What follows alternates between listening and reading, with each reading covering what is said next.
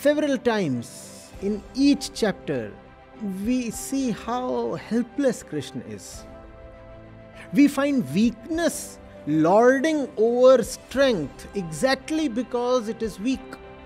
Srimad Bhagavad Gita is an epic struggle, and Krishna is the struggler.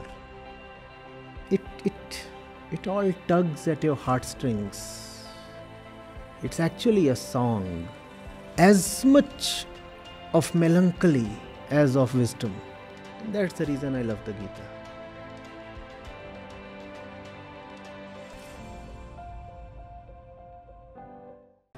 So this has been a phenomenal journey. Thank you so much, Acharya Ji, for reinforcing so many of the points that I struggle with as I communicate and teach my students.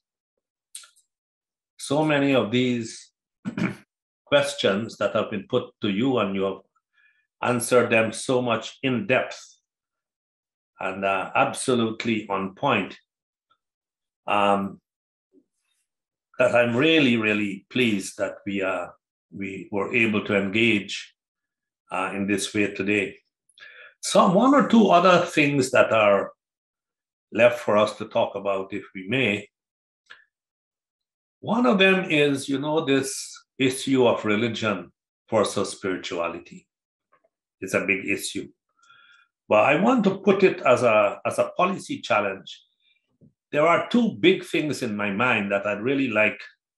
But before we run out of time, I'd also like for us, if it is possible at all, to have a follow-up one-on-one conversation in the context of our teaching and research. We will benefit tremendously from your deep insights. So that's one thing on the side. So if your colleagues who, work with you can help us with that, I appreciate that.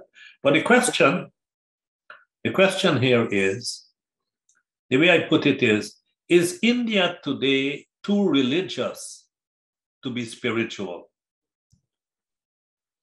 Well, you know what I'm getting at? Yes. Divisions along fact, religious lines. Compared to the quite lofty spirituality that India's history has. Right.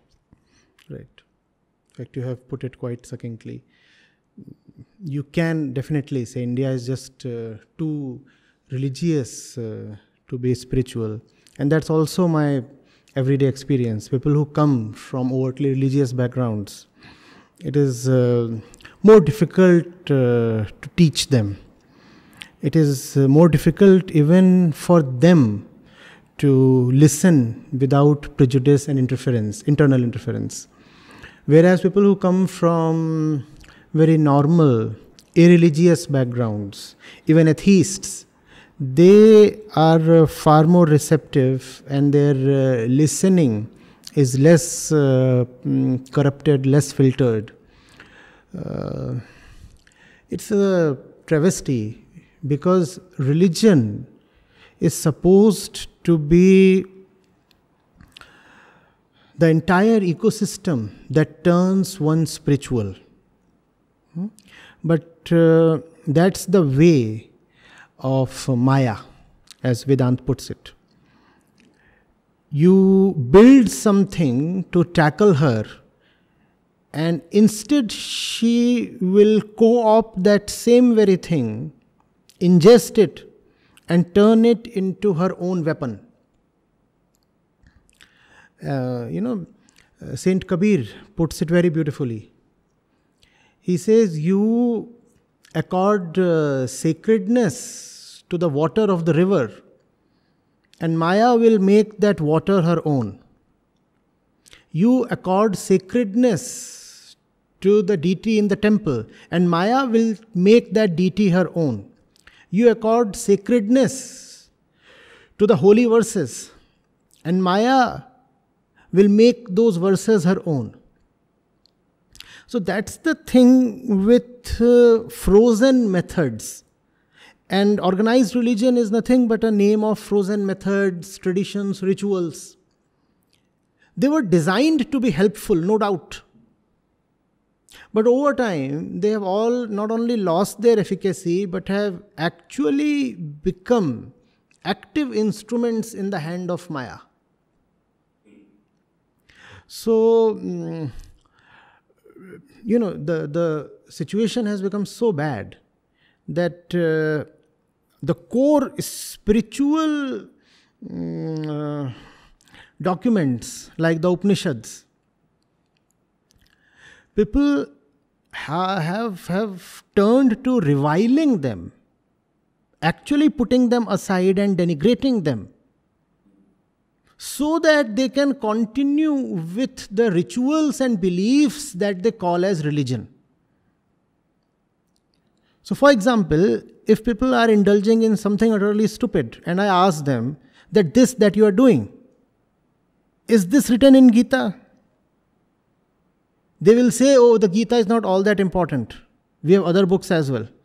And even if it is not written in Gita, it's a ritual we follow, and our rituals, that's what's implicit in what they're saying. Our rituals are more important than Gita. No, that's utterly shocking.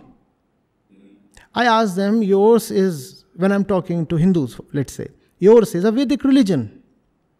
And this that you are doing, is it sanctioned by the core of Vedas, which is Vedanta? Does Vedanta sanction what you are doing? They will say, no, we don't care about Vedanta. We haven't even read what the Upanishads say. But this is what my fathers and forefathers were doing. And that is what is more important. This is what we call as religion. So this kind of cultural nationalism is emerging. Not only nationalism, cultural jingoism of all kinds, of which one manifestation is nationalism. And religion has become another name for the popular low-level culture. So whatever we do in the name of religion, whatever we culturally do in the name of religion, that is religion. And that is the popular consensus. Spirituality, well, that is something we are not interested in. So you are very right when you say that today religion and spirituality are at odds with each other. And that's the most important battle that needs to be fought today. Of bringing out the primacy of spirituality over religion. Otherwise, one very disastrous thing that is happening is that people, especially the young people, the intellectual people, they conflate religion and spirituality, and because they do not like what they see in the name of religion, they go away from spirituality as well. Because they do not like all the rioting and hooliganism in the name of let's say, the Hindu religion. They totally discard the Upanishads as well. Because they do not like the caste system that's prevalent in the Hindu fold. They would discard the Bhagavad Gita as well. My question is, are the Upanishads or Bhagavad Gita or Brahma Sutra or Ashtavakra Gita, are they talking of the caste system? In fact, they are actively saying in so many words that caste system is bogus. You have an entire Upanishad dedicated to discarding the caste system. And yet there are big sections who are discarding spirituality because spirituality appears to be affiliated with religion. Hence, this distinction needs to be very clearly made.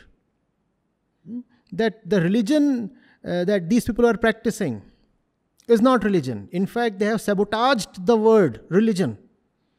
And this word needs to be liberated from their fold. Otherwise, there needs to be a new stream, and that's what the Buddha had to do. Because the priestly class of that time had totally monopolized religion. Therefore, he had to come up with a new stream of his own, which was nothing but essentially the spiritual core of the existing religion itself. That's right. But he had to give it another name because the existing religion had been totally monopolized. Maybe that is the need of the hour. Either refinement from within or an outgrowth outside. I would prefer an inner refinement.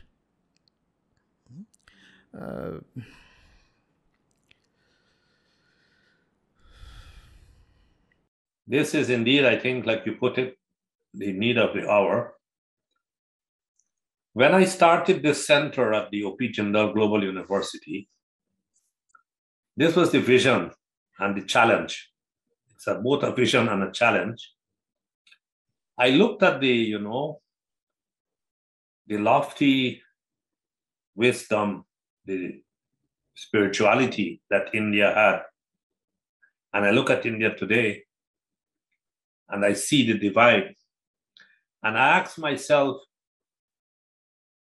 one, we have to find a way, and I hope if we can join forces with other like-minded people and organizations, we can hopefully make some progress.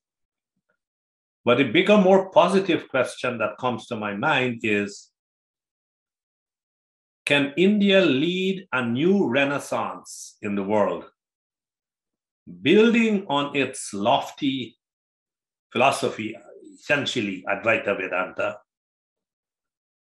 and lead us to a new way of doing economics, a new way of politics, a new way of public policy, to a world that will be the world so many of us hope for.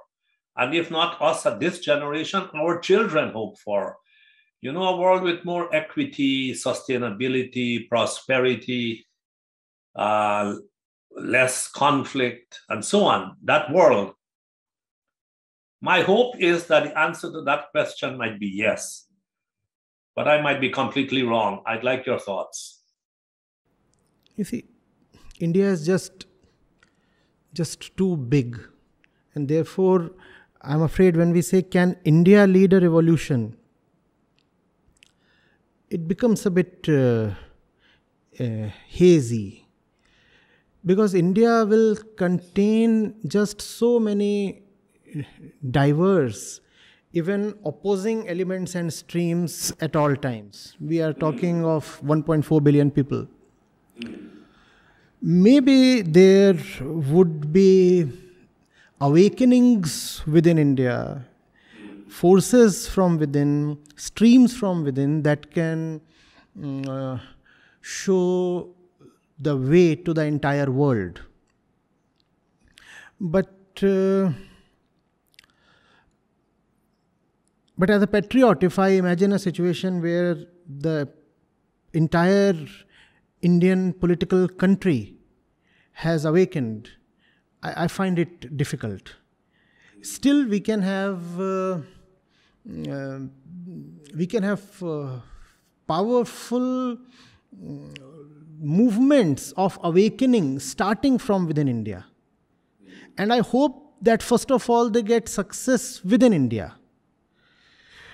But what I realistically see is that even if such a movement starts from within India, it has a greater chance of succeeding abroad. Because as you said, India is just too religious. I really share your hope, but realistically, I do not see the first successes coming from within India. So, as far as the initiation of such a movement or such an awakening is concerned, chances are very high that something can happen from within our nation. Chances are very high. But what I also see is that more success in terms of its expansion and acceptance will come from abroad. And what would rather happen is that once there is success abroad, then Indians will probably queue up to follow. So, my heart really wants to agree with you, and that's the reason I have continued to work in this country. I could have taken the decision to shift my base to other places where conditions are much more supportive. And I too want things to happen here in the first place. But because I have been trying since over a decade now, so I know how difficult it is to deal with a mindset that's frozen in time, that has become a hotbed of all kinds of confused notions.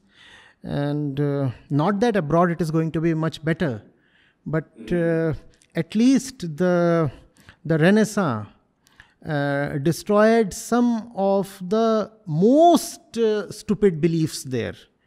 India never had a Renaissance of that kind. So even the worst kinds of beliefs continue to prosper in the mind here. And fighting those beliefs is not only tiring, also feels humiliating, You feel all right and you feel encouraged when you fight a worthy enemy. How do you feel while fighting a belief that says that there are 7 ghosts that live on this particular tree? And if you do not please them, then your kid will die.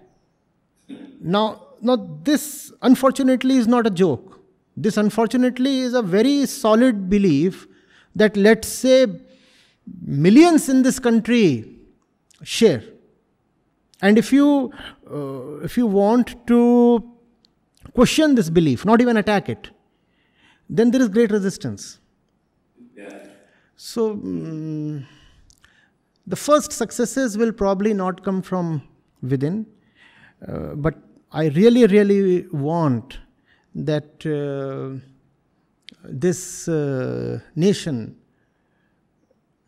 that has given core spirituality to the entire world does not remain or end up deprived of its own fruit. Diya tale andhera. I don't want that to happen, but it's an uphill task. It's an uphill task. Let's see. Thank you. Actually, just a follow-up kind of a point. If I want to know about how Acharya ji would reflect on that.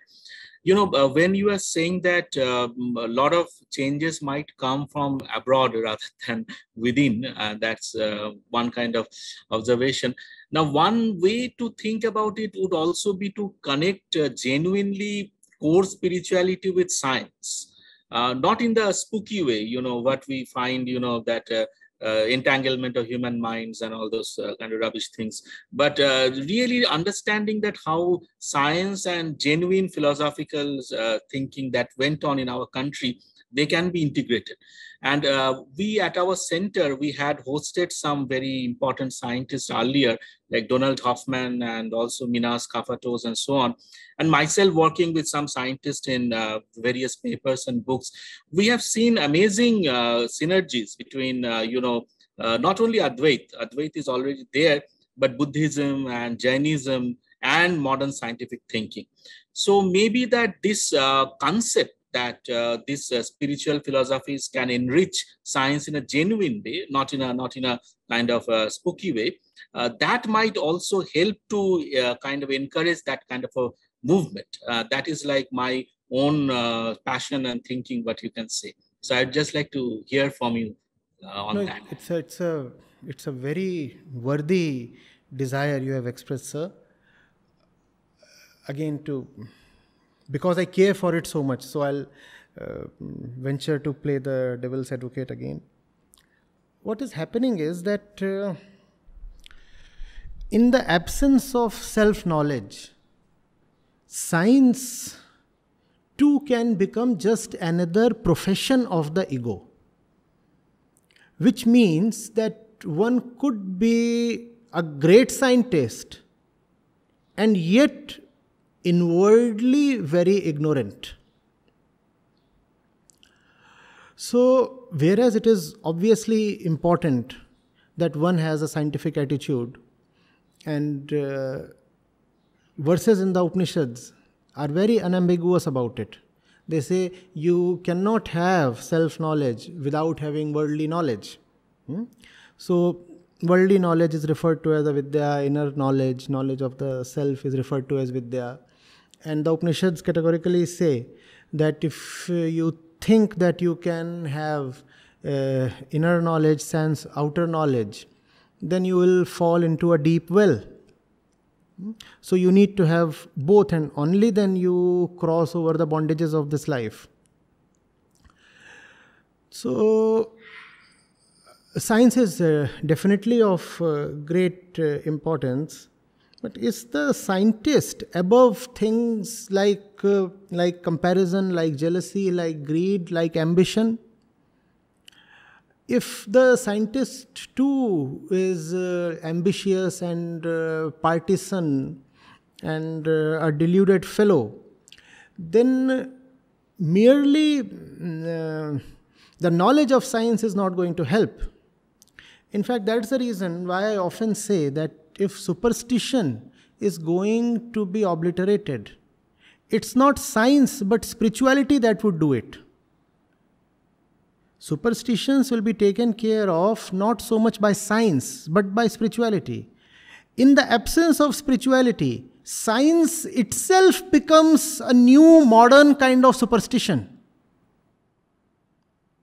Because you see, science is all about the external world. This is how this moves, this is how that works.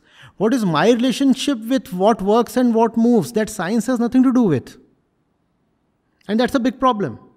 You may know everything about what this wall is about and all the elementary particles inside it, and you may know the quarks and string theory and everything. But do you know what your relationship with all this is? Do you know who the experiencer of all this is? Do you know who is the one who is experiencing and storing this knowledge? And therefore, do you know who is the one who is going to use this knowledge? If you do not have self-knowledge, then external knowledge may not be of much help. It becomes a throw of dice. You do not know what will happen. The safest thing that may happen is that it may not be of much use. The worst thing that may happen is that it may be put, such external knowledge may be put to very, very devastating uses, like the kind of uses we have put nuclear energy to. So, I'm sure I've not given a clear answer. Science obviously is very important. I keep stressing that one cannot be ignorant of science and hope to be self-aware. But I also want to assert that science without spirituality is very, very problematic. And just because one is a scientist, one does not become wise. Yeah. Thank you. Thank you. This is exactly one of the core issues that we are thinking in our center. That is very much close to your heart. Wonderful. Wonderful. And let me first apologize to anyone who might have wanted to ask a question, but because of time, we couldn't have that question posed.